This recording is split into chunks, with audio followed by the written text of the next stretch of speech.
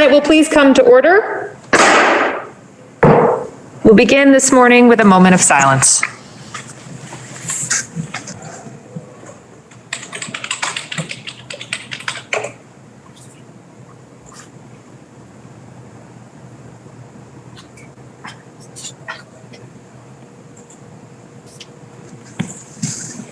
Thank you. Are there any announcements this morning? I have several announcements. We'll begin with announcements on behalf of the Committee on Committees. I announce the following appointments to the Joint Child Protective Oversight Committee, Senators Lyons, Sears, and Westman.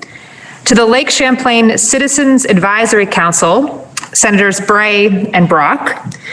To the Joint Information Technology Oversight Committee, Senators Brock, Pearson, and Chittenden.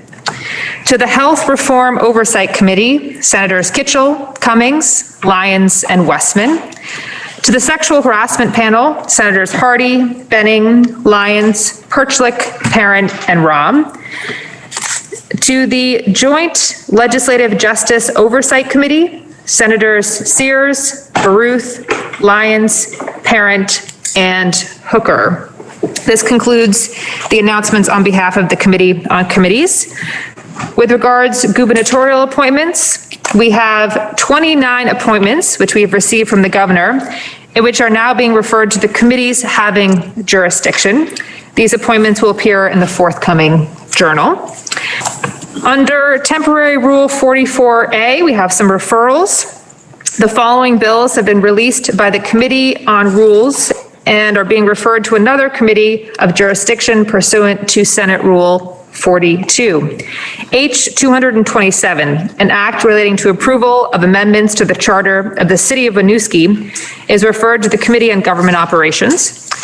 H 437, an act relating to changes that affect the revenue of the state, is referred to the Committee on Finance.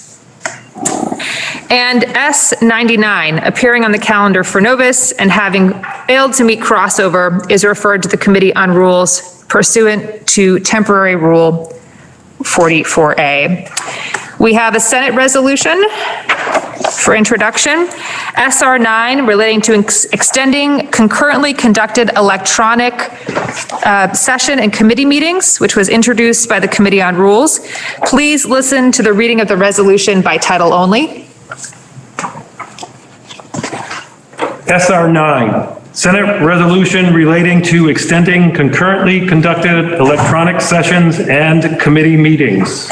You've heard a reading of the resolution, and pursuant to Rule 43, it is placed on the calendar for notice. We have one House bill for reference, H 157, an act relating to the registration of construction contractors, which was introduced by Representative Scott Campbell and others. Please listen to the reading of the bill, H 157, an act relating to registration of construction contractors.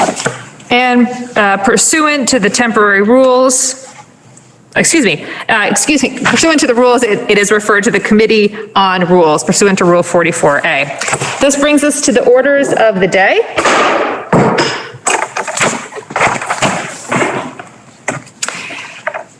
We have on the calendar for action, two proposals of amendment to the Vermont Constitution. Chapter 2, Section 72 of Vermont's Constitution sets forth requirements for amending the Constitution. I'll go through those now. Proposals can be initiated only at a biennial session that commences every 4 years. The next window of opportunity is 2023. Proposals must originate in the Senate and must be approved by 2/3 of the total membership. In other words, 20 senators. This is the equivalent of the second reading of the proposal in the Senate. After Senate approval, the House must concur by majority vote of its membership, 76 representatives. The House cannot amend the proposal. During the next biennial session, both the Senate and House must approve the proposals under the Vermont Constitution with at least 16 votes in the affirmative in the Senate and by at least a majority of a quorum in the House. No amendments may be made either by the House or by the Senate. A proposal of amendment is then voted on by the general populace at the next general election. If approved by a majority of the voters who vote, the proposal then becomes part of our Vermont Constitution. The two proposals under consideration today, Proposal 2 and Proposal 5, were approved by more than 2/3 of this Senate during the 2019 biennial session and by more than a majority of the House also in the 2019 biennial session. Today is the equivalent of the third reading of the proposals. Under Senate Rule 83, the two proposals were on the notice calendar for 6 legislative days and are up for action for third reading on this 7th day. Under Senate Rule 83, both proposals were printed in the calendar upon direction given by the Committee on Rules. The senator from Windham is recognized for a report by the Committee on Rules. Thank you, Madam President. Thank you for laying out an overview of the process to amend the Vermont Constitution. While these formal legislative procedures may sometimes be hard for Vermonters to follow, this intentional process is in place to ensure that we do not make changes to our foundational document lightly. The Vermont Constitution controls the operation of state government. It is our shared agreement on how to govern ourselves. As such, it should not be changed on whim, but it must also be able to be updated to reflect our shared values and ideals. The two amendments we consider today do just that. They ensure that our Constitution better guarantees the liberty of all Vermonters. Last session, the legislature passed the two proposed amendments before us. This year, we take the second step of the amendment process, deciding whether or not to affirm the work of the previous legislature. This step is in place to help ensure that if a legislature proposed a constitutional change out of step with the desires of the public, then voters would have a chance to elect new representatives to take another look at the issue. However, even our vote today and a subsequent vote by the House will not make the changes to the Constitution permanent. Ultimately, our Constitution dictates that such momentous questions must go directly to Vermont voters to weigh in on their own governance. In essence, today we are voting to send these two proposed amendments on to the people of Vermont to have their voices heard directly on two issues central to our understanding of liberty in our state. Guided by this process, and according to Senate Rule 83, last Tuesday, March 30th, the Rules Committee directed the proposals to be printed in the Senate calendar with action on the 7th day after printing. My fellow senators, this is a historic moment, and I thank you in advance for the thought and deliberation I know that you will bring to the discussion and the votes today. Because, as I've said to you before, this is what happens in a healthy democracy. We are able to have lively, robust, substantive conversations. Here in Vermont, we have a healthy democracy. We can continue to show our constituents and the nation and any of those who seek to undermine democratic ideals how legislators with opposing views can still do the people's work. And having this discussion today on these proposed constitutional amendments, we continue the important task of rebuilding trust in our beloved democracy. Thank you, Madam President. Thank you, Senator. Pursuant to Senate Rule 83, each proposal will be acted upon separately, and we'll begin with Proposal 2. Proposal 2 is set out in full, on pages 142 to 143 of today's calendar, and a full debate is in order. Please listen to the reading of Proposal 2.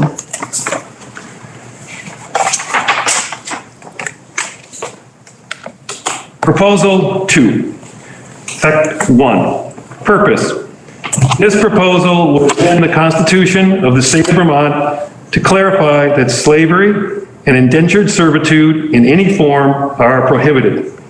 Sec 2, Article 1 of Chapter 1 of the Vermont Constitution is amended to read, Article 1, all persons born free, their natural rights, slavery and indentured servitude prohibited. That all persons are born equally free and independent and have certain natural, inherent, and unalienable rights, among which are the enjoying and defending life and liberty, acquiring, possessing, and protecting property, and pursuing and obtaining happiness and safety. Therefore, slavery and indentured servitude in any form are prohibited. Section 3, effective date. The amendment set forth in Sec 2 shall become a part of the Constitution of the State of Vermont on the first Tuesday after the first Monday of November 2022, when ratified and adopted by the people of this state in accordance with the provisions of 17 VSA Chapter 32. The question is, shall the Senate concur in Proposal 2 of the Constitution and request the concurrence of the House? When the vote is taken, it shall be by roll call. Are you ready for the question? The senator from Windham is recognized. Thank you, Madam President. Is this the appropriate time to give the report? It is. Thank you. So thank you, Madam President, and thank you, Madam Pro Tem. Last biennium, Senate Government Operations took over 20 hours of testimony on Prop 2. We heard from racial justice groups, historians, constitutional scholars, authors, advocates, mothers, and anyone else who wanted to talk to us. Here's what we learned. The Vermont Constitution was indeed the first to outlaw slavery when it was written in 1777. Much of our Constitution comes directly from the Pennsylvania Constitution. In fact, the first part of Article 1 is identical to Pennsylvania's. But our framers went a step further. They felt strongly that we should not allow slavery, so they decided to add the second part of Article 1 in the original Constitution. Yet there is confusion about whether or not all slavery was indeed prohibited. Here is some background on this. Most states prohibited indentured servitude after the age of 30.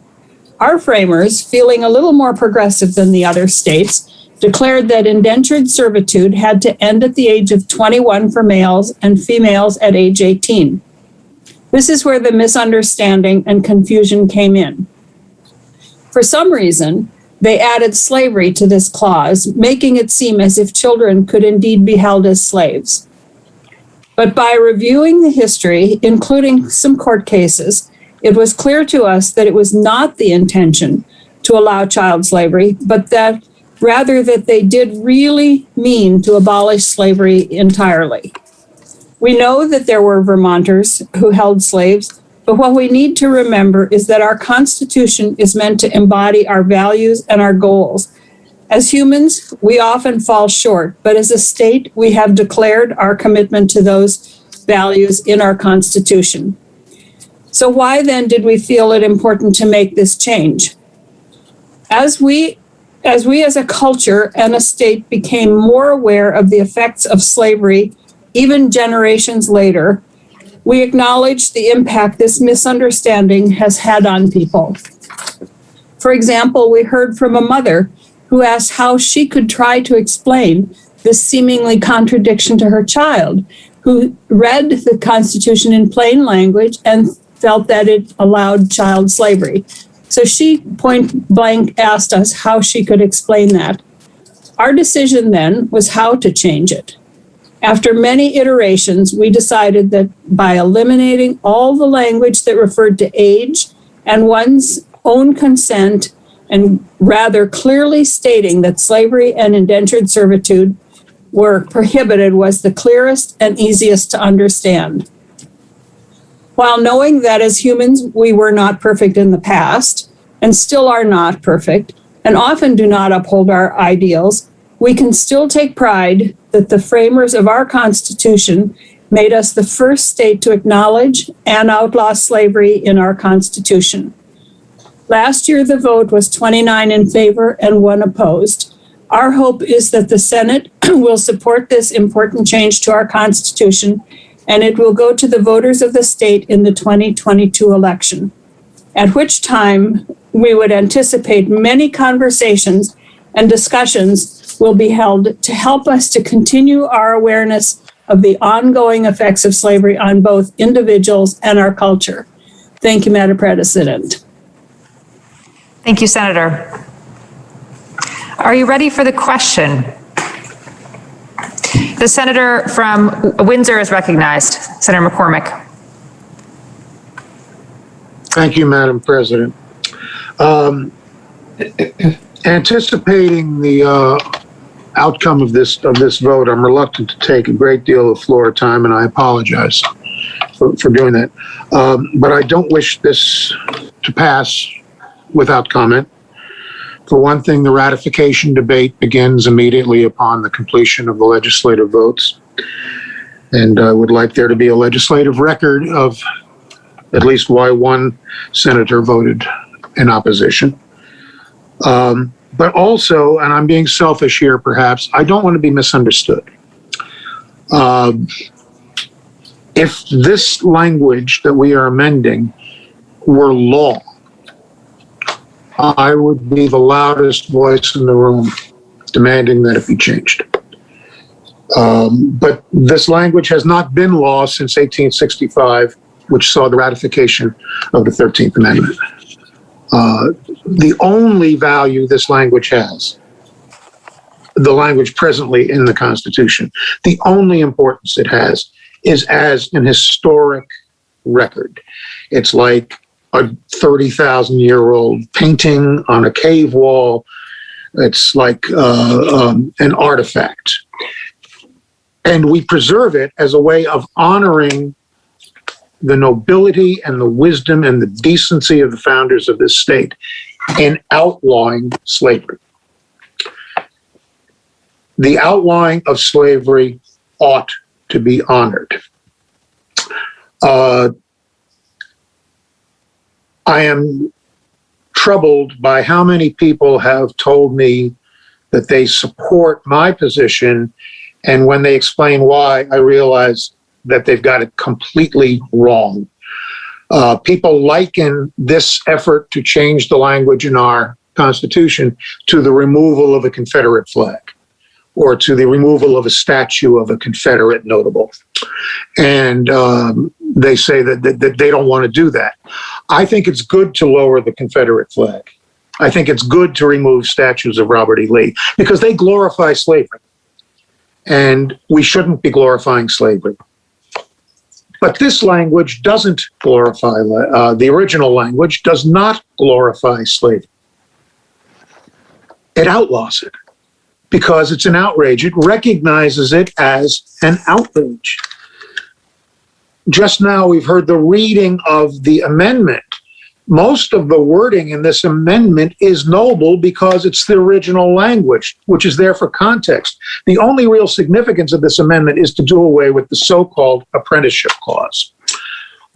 Because when the founders of Vermont outlawed slavery, to their credit and to ours, they didn't do it perfectly. They didn't do it right. Any more than Thomas Jefferson did it right when he said all men are created equal and described the natives, indigenous people of this continent as savages.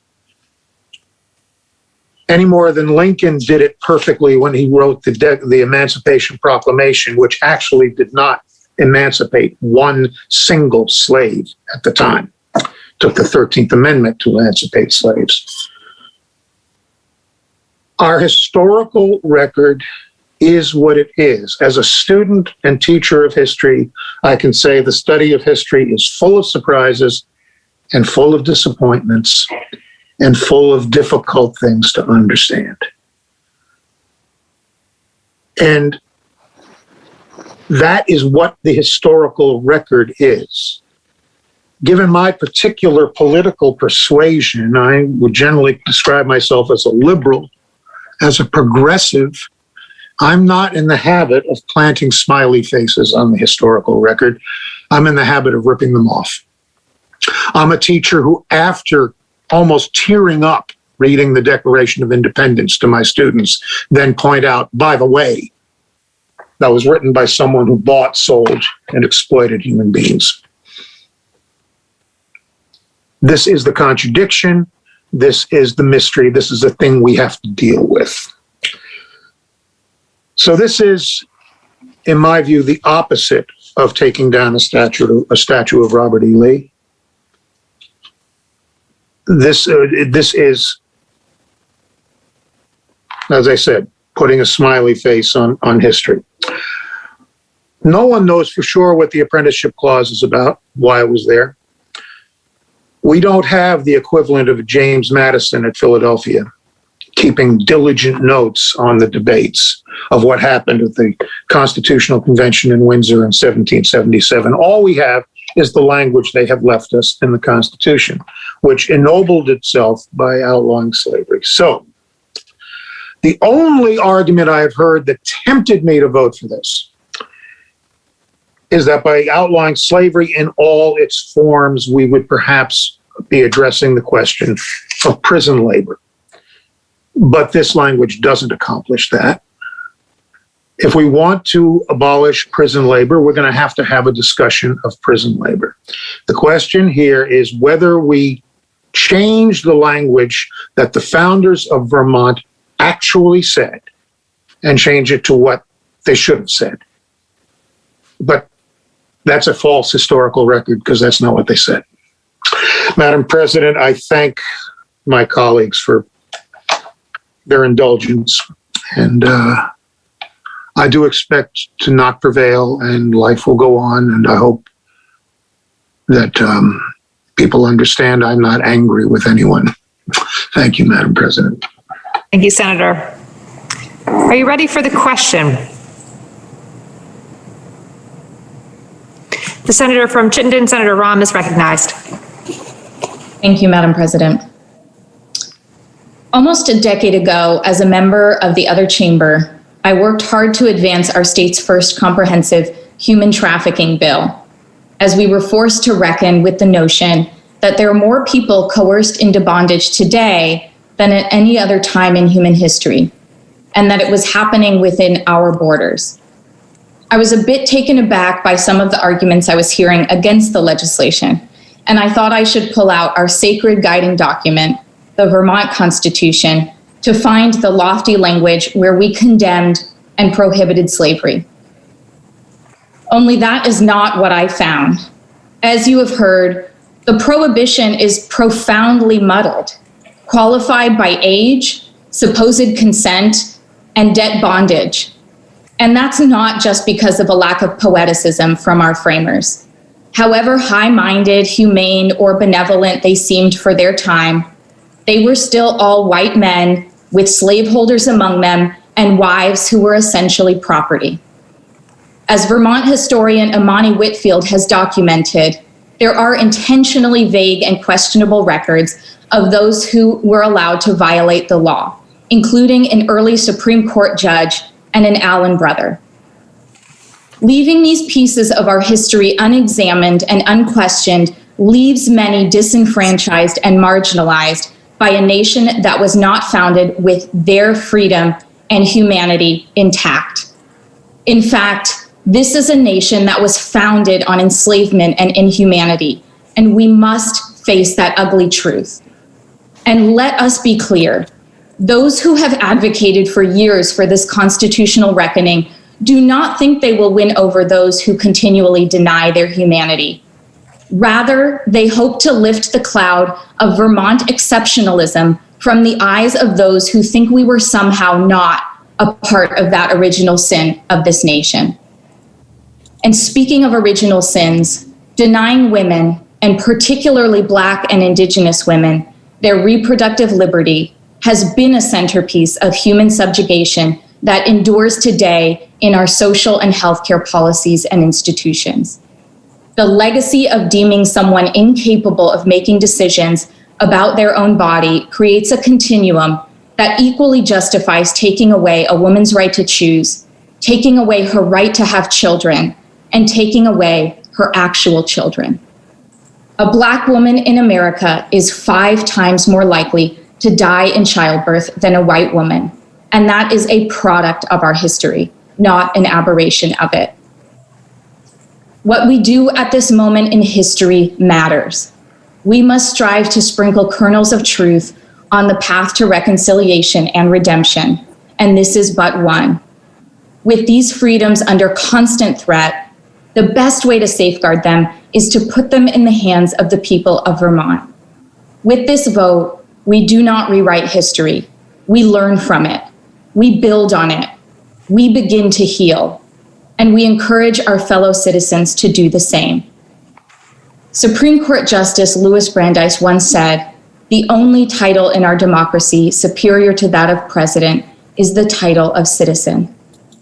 I am honored to vote to advance this constitutional amendment as a senator, but the far greater privilege is to vote again as a citizen alongside my fellow Vermonters when together we will bend the arc of the moral universe further toward justice.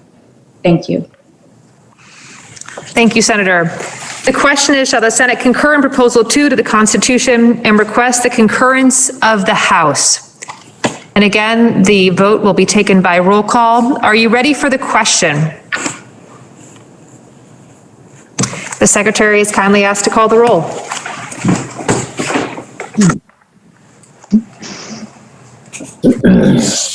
Senator Ballant. Yes.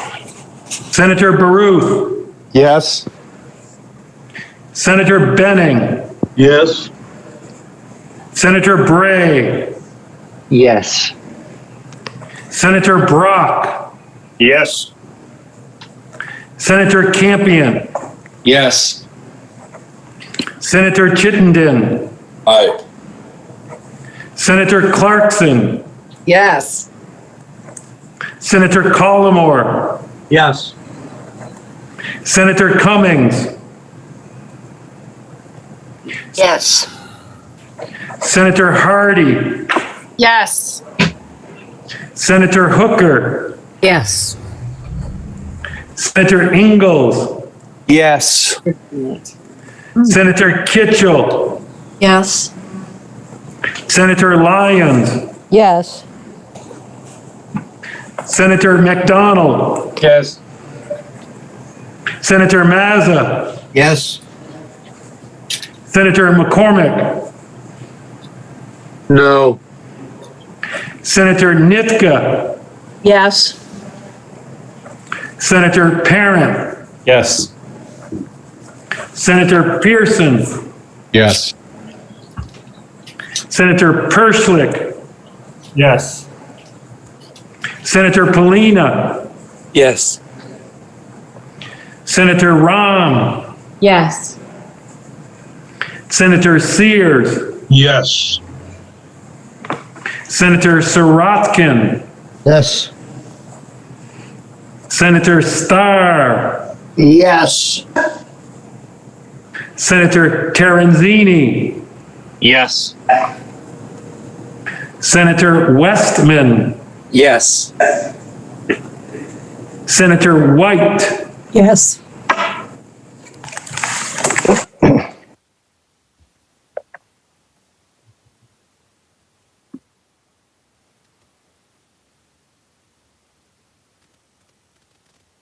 Please listen to the results of your vote. The yeas, 29, the nays, 1, and you have concurred in Proposal 2 to the Constitution and requested the concurrence of the House. We will now turn to Proposal 5. Proposal 5 is set on the calendar at pages 143 and 144. Again, a full debate is in order. Please listen to the reading of the proposal.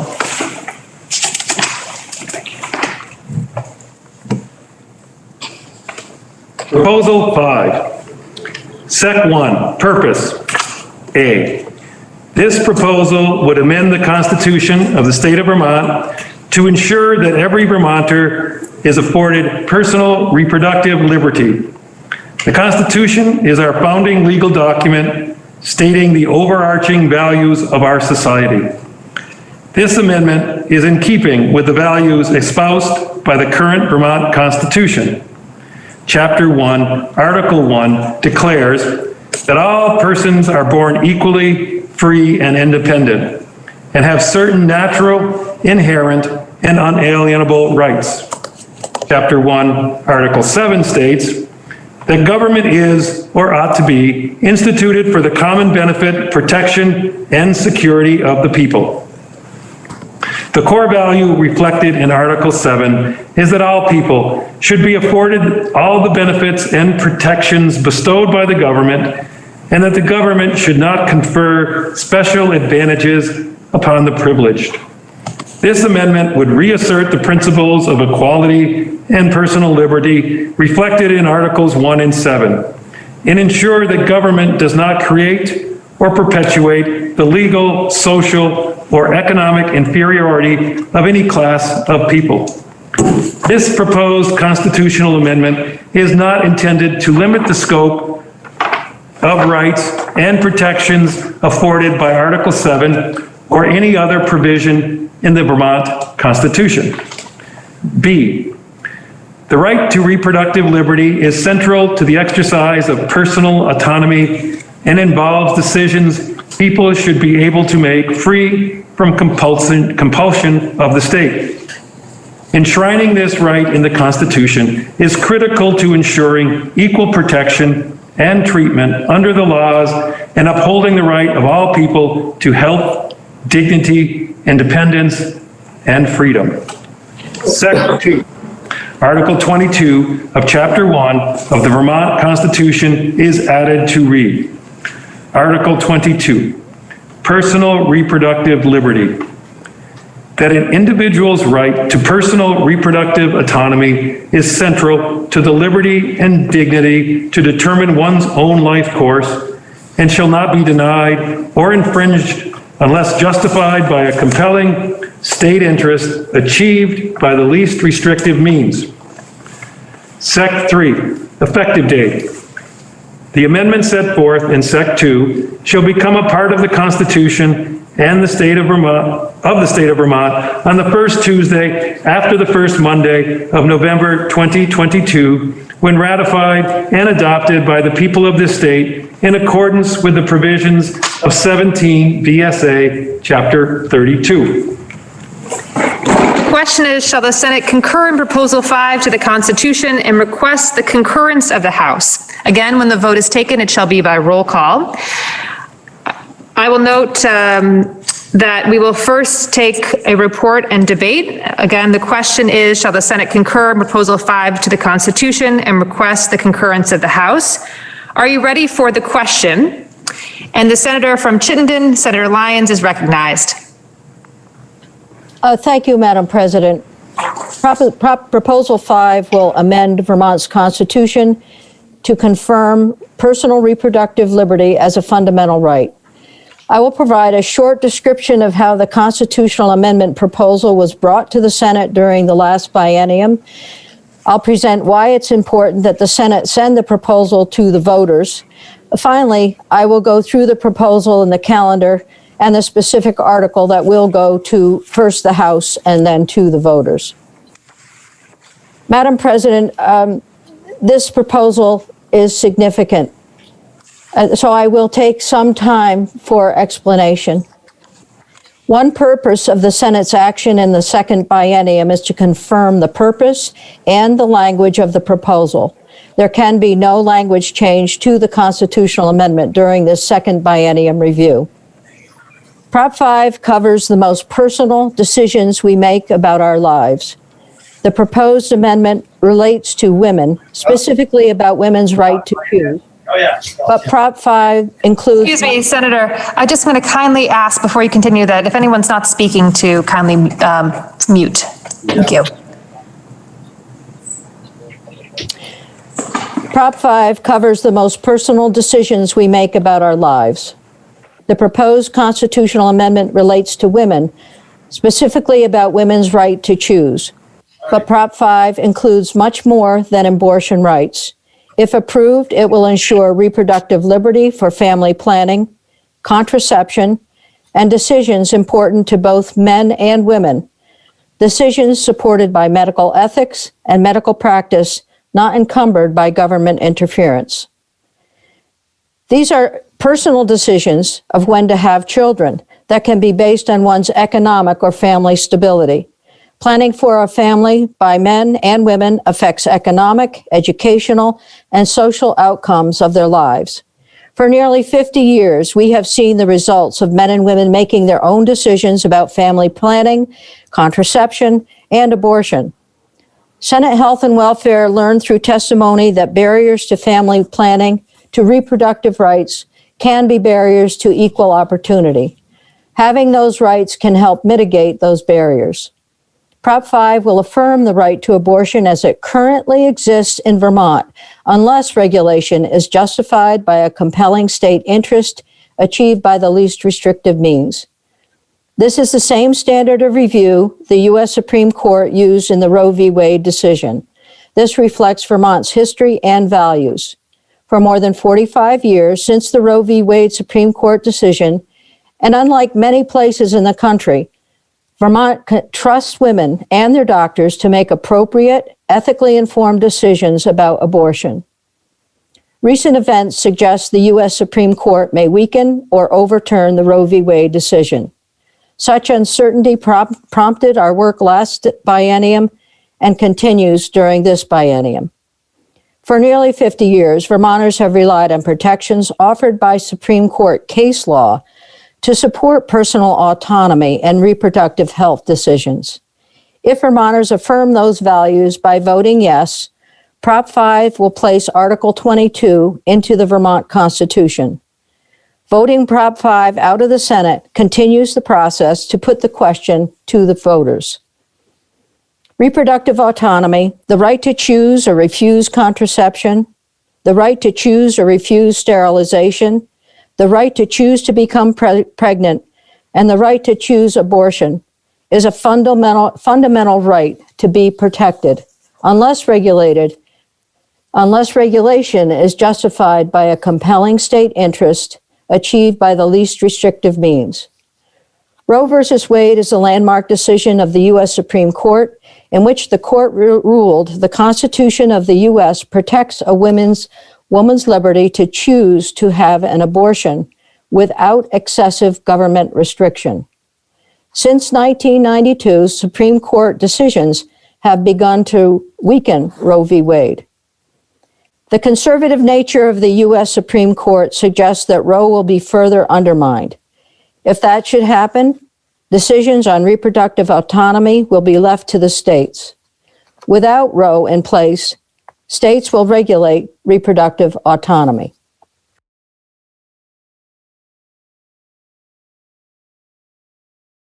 Senator, please unmute.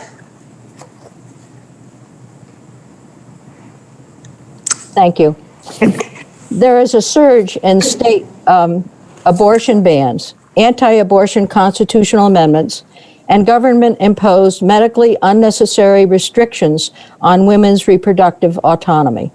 Most alarming is an overall limitation on access to women's health care. Under the proposed constitutional amendment, Vermont will continue, as it has for over 40 years, regardless of what happens at the federal level. With uncertainty at the federal level, we believe Prop 5 offers clarity and reassurance to Vermonters. With Prop 5, we are saying to Vermonters, you can vote to choose to ensure reproductive freedoms are protected. This is an opportunity to let voters decide to enhance protections and liberty in the Vermont Constitution. Vermont's current status can continue regardless of federal inconsistencies. Some states have constitutional amendments or laws that rely on privacy as the basis for reproductive liberty. If Roe v. Wade is eroded, those provisions may well be called into question. And this is why we chose to have Prop 5 rooted in Vermont constitutional provisions of Article 1 and Article 7. Article 1, obviously safeguarding individual rights, and Article 7, the Common Benefits Clause. So in keeping with principles of liberty and equality reflected in Articles 1 and 7, and at the same time, it will not limit the scope of rights afforded by any provision in the Constitution. Madam President, I will briefly walk through the proposal, which is found on page 1043 of today's calendar. Section 1, as was read, includes a purpose section which helps set a constitutional context for the new article and direct guidance in the interpretation of Article 22. The purpose section roots the newly enumerated right to reproductive freedom in existing constitutional principles of equality and liberty. You will see in the purpose a reference to Article 1 as well as a reference to Article 7. The purpose section will not, I repeat, will not be sent to nor voted on by the voters. It will not become part of the Constitution. Section 2 is the proposal for Article 22 of the Constitution. It's one clear sentence. We worked hard during the last biennium to narrowly focus the language, and by being narrow in scope, it articulates a fundamental right to personal reproductive autonomy, a right that is central to the liberty to determine one's own life course, and one that cannot be denied unless justified by a compelling state interest achieved by the least restrictive means. The language comes from the U.S. Supreme Court cases and includes a bundle of rights from those cases that were decided both before and after Roe v. Wade. Reproductive autonomy includes the right to choose or refuse contraception, the right to choose or refuse sterilization, the right to become pregnant, as well as the right to choose abortion. Article 22 would require courts to evaluate restrictions on the right to reproductive liberty using a strict scrutiny analysis, unless justified by a compelling state interest achieved by the least restrictive means. We wanted to ensure that the right is meaningful. This is the same test as used by in Roe v. Wade. Vermont, this legislature can regulate the right if it does have a compelling interest, and in doing so, the regulation is narrowly crafted in the least restrictive means to achieve that compelling interest. Vermont has a long history and tradition of embracing reproductive autonomy, including access to abortion. Vermonters value the liberty and dignity to determine one's own life course. Prop 5 is both consistent with Vermont's concept of ordered liberty and deeply rooted in our history and tradition. For more than 40 years, Vermonters have relied on protections offered by the Supreme Court and Supreme Court case law to support how we value personal autonomy and reproductive health decisions. And we have intentionally chosen not to limit nor restrict them. We have long recognized that decisions related to reproductive health care and abortion are deeply personal, private, and best left to patient and doctor. If this Senate and Vermonters vote yes, these values will be affirmed and placed into the Vermont Constitution.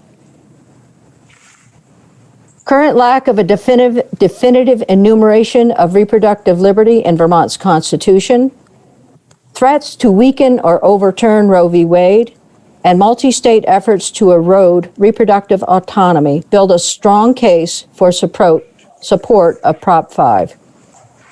Times are turbulent, and reproductive liberty is under serious attack. Clarity is needed. Vermont's history and values support the freedoms included in reproductive autonomy. For nearly 50 years, Vermont has supported reproductive liberty. It is necessary and appropriate to let the voters decide that this fundamental right will continue in our state. There should be no question where Vermont stands with regard to its core values and commitment to fundamental rights. For those values and those rights to be protected definitively, the voters should decide whether these rights be included in our Constitution. Our job now in this second biennium is to confirm the Senate's work of the last biennium and vote Prop 5 out to continue its path through the constitutional process to Vermont voters for ratification. I ask my fellow senators to vote for Prop 5, ultimately to allow the voters to decide that personal reproductive autonomy is a fundamental right to be protected in the Vermont Constitution. Thank you, Madam President. Thank you, Senator. The question is, shall the Senate concur Proposal 5 to the Constitution and request the concurrence of the House? Are you ready for the question? The senator from Addison is recognized. Thank you, Madam President. Today, we are voting to give Vermonters the opportunity to clarify and underscore their values and the Constitution of our state. In November 2022, Vermonters will be able to vote on whether to affirm that an individual's right to personal reproductive autonomy is central to the liberty and dignity to determine one's own life course. In the context of healthcare, autonomy is often defined as the ability of an individual to exercise their rights, to consider alternatives, have choices respected, remain independent, and be involved in care decisions, and to act without undue influence or interference from others.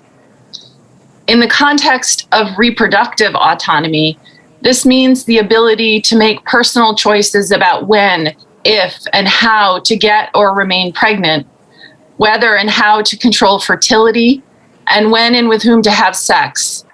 While these choices are relevant to people of all gender identities, women's ability to exercise these individual rights are intrinsically tied to our very humanity.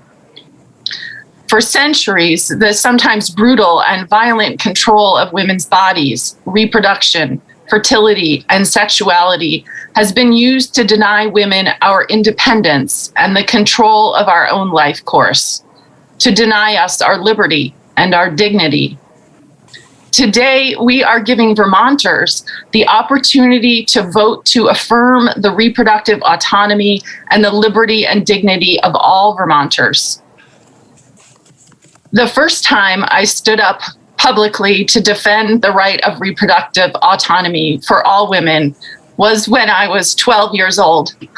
Forgive me, Madam President, this is a little personal for me. My mother took me and my little sister to a march for women's rights in Washington, D.C. It was the 1980s, and my mother told me and my sister that we needed to learn to speak up for our rights, and that she would teach us how.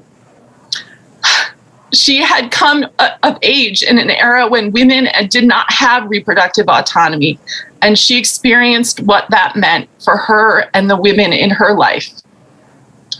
To get to the march, we rode a packed bus all night and then joined hundreds of thousands of others on the Washington Mall the next day, standing, marching, singing, chanting, listening, and learning that our future was dependent on our ability to protect the rights of women to reproductive autonomy, liberty, and dignity.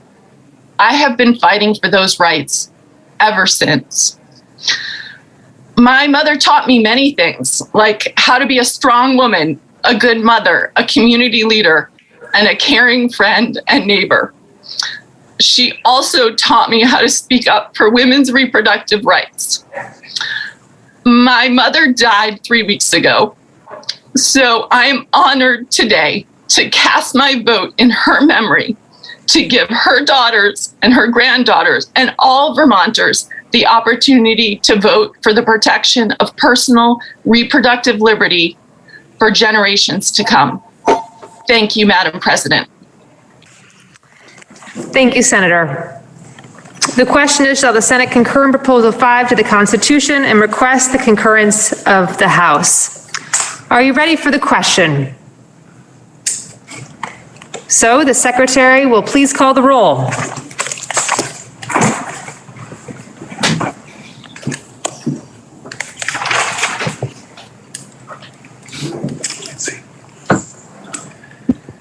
Senator Ballant. Yes. Senator Baruth. Senators are kindly reminded to unmute. Senator Baruth. Yes. Senator Benning. Yes. Senator Bray. Yes. Senator Brock. Yes. Senator Campion. Yes. Senator Chittenden. Aye. Senator Clarkson. Yes. Senator Collmore. No. Senator Cummings. Yes. Senator Hardy. Yes. Senator Hooker. Yes. Senator Ingalls. No. Senator Kitchell. Yes. Senator Lyons. Yes. Senator McDonald. Yes.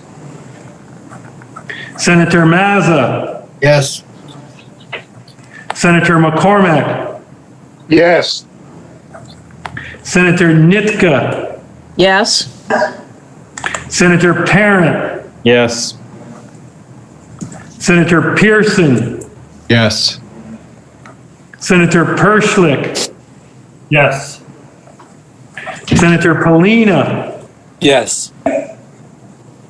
Senator Rahm. Yes. Senator Sears. Yes. Senator Sirotkin. Yes. Senator Starr. No. Senator Terenzini. No. Senator Westman. Yes. Senator White. Yes.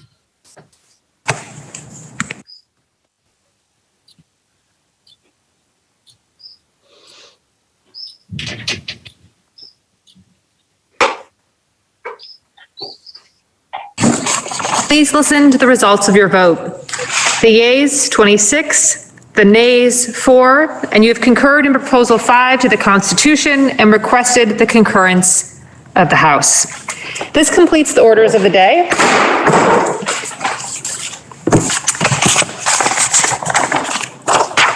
The senator from Wyndham is recognized. Thank you, Madam President. Pending announcements, I move that the Senate stand in adjournment until Tuesday, April 13th at 9:30 a.m.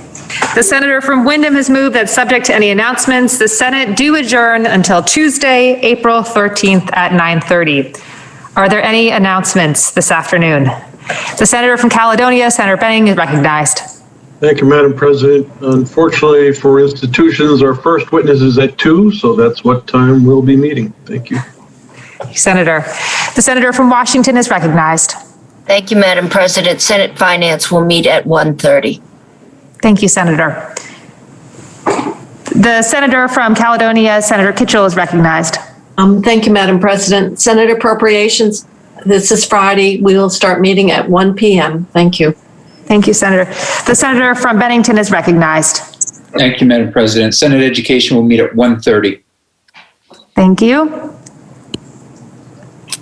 The senator from Wyndham is recognized. Thank you, Madam President. Senate Government Operations will meet at 1 o'clock. Thank you, Senator. Are there any additional announcements? Hearing none, seeing none, the senator from Wyndham has moved that the Senate adjourn until Tuesday, April 13th at 9:30. Are you ready for the question? So kindly unmute. All those in favor, please signify by saying aye. Aye. Aye. Those opposed, nay. Nay. The ayes appear to have it. The ayes do have it, and the Senate stands adjourned until Tuesday, April